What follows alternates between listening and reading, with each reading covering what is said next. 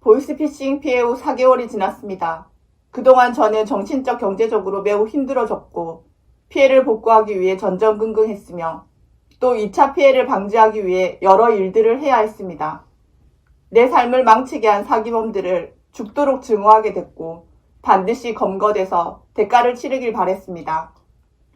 작년 9월 신고 후 지구대에서 사고 경위서를 작성하고 곧바로 경찰서로 이관되어 지능범죄수사팀에서 피해자 진술을 했습니다. 경찰서에 도착했을 때 그곳엔 또 한 명의 피해자가 있었고 또 한 명의 현금 전달책이 조사를 받고 있었습니다.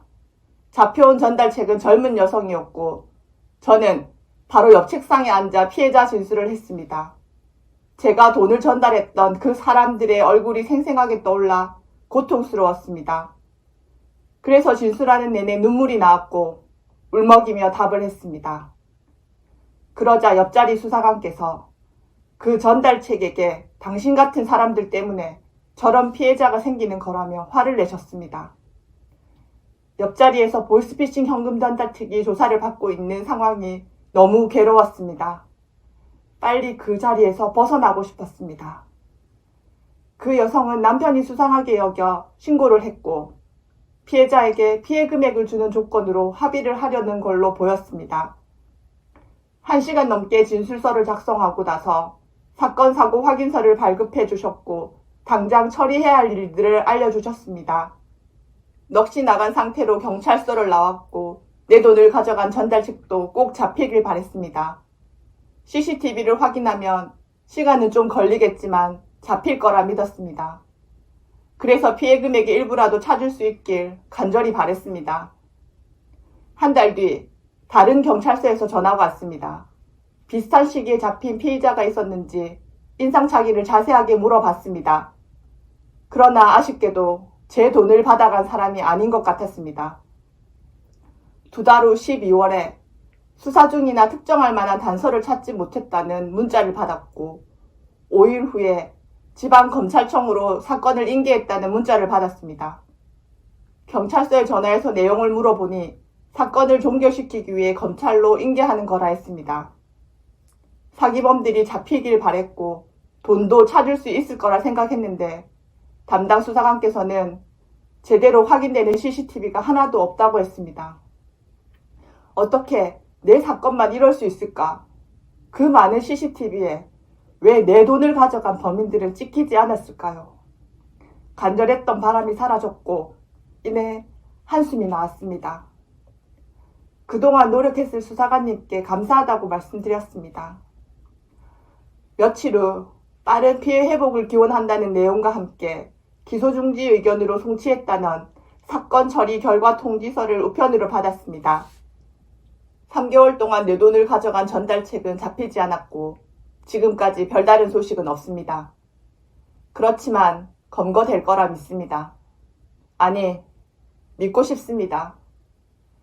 뉴스를 통해 종종 보이스피싱 범이 검거됐다는 소식을 듣게 됩니다.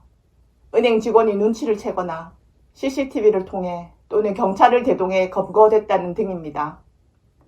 그렇게 검거되는 보이스피싱 범은 누구일까요? 다음 영상에서 다루겠지만 대부분은 일반인입니다. 훈련된 범죄 조직원이 아닙니다. 구직 사이트를 통해 고용되어 지시받은 대로 움직입니다. 그래서 대부분 그들이 검거됩니다. 제일 말단에서 실제 노출되는 역할이기 때문입니다. 윗선이 누군지 전혀 알 수 없으며 전화로 지시를 받습니다. 주로 중국, 필리핀 등지에서 상주하며 지시만 하는 상부 조직은 잡히지 않습니다. 이것이 보이스피싱이 사라지지 않는 이유라고 할 수 있겠습니다. 가끔 보이스피싱 조직을 검거했다는 뉴스도 있습니다. 경찰은 이 조직을, 윗선을 잡는 데 노력 중일 것입니다. 그래야 보이스피싱이 사라질 수 있기 때문입니다. 그래서 말씀드리고 싶습니다.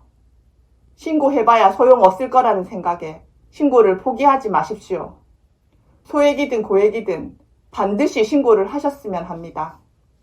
비록 전달책만 검거되고 피해 금액을 돌려받을 확률도 낮겠지만 신고 사례가 모여 단서가 되고 수사 또는 범죄 예방에 도움이 될 것이며 한 명의 피해자라도 줄일 수 있고 한 명의 범죄자라도 잡을 수 있을 것이며 또 나아가 보이스피싱 조직을 소탕할 수 있을 것이기 때문입니다.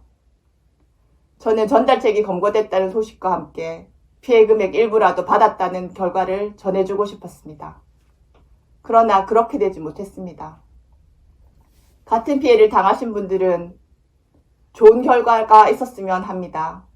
소송을 하셔서 피해 금액을 받아내고 처벌도 받게 하시길 바랍니다. 최근 댓글에도 여러분들이 말씀해 주셨지만 대출 사기, 카톡 사기가 기승인 것 같습니다.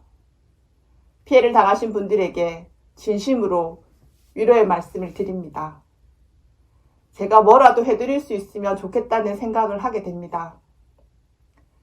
차분하고 현명하게 대처하셔서 다른 피해가 없으시길 바라며 힘을 내셔서 빨리 회복되었으면 하는 바람입니다. 그리고 댓글로 저에게 힘을 주신 모든 분들께 감사의 말씀 드립니다. 정말 큰 힘이 되었습니다.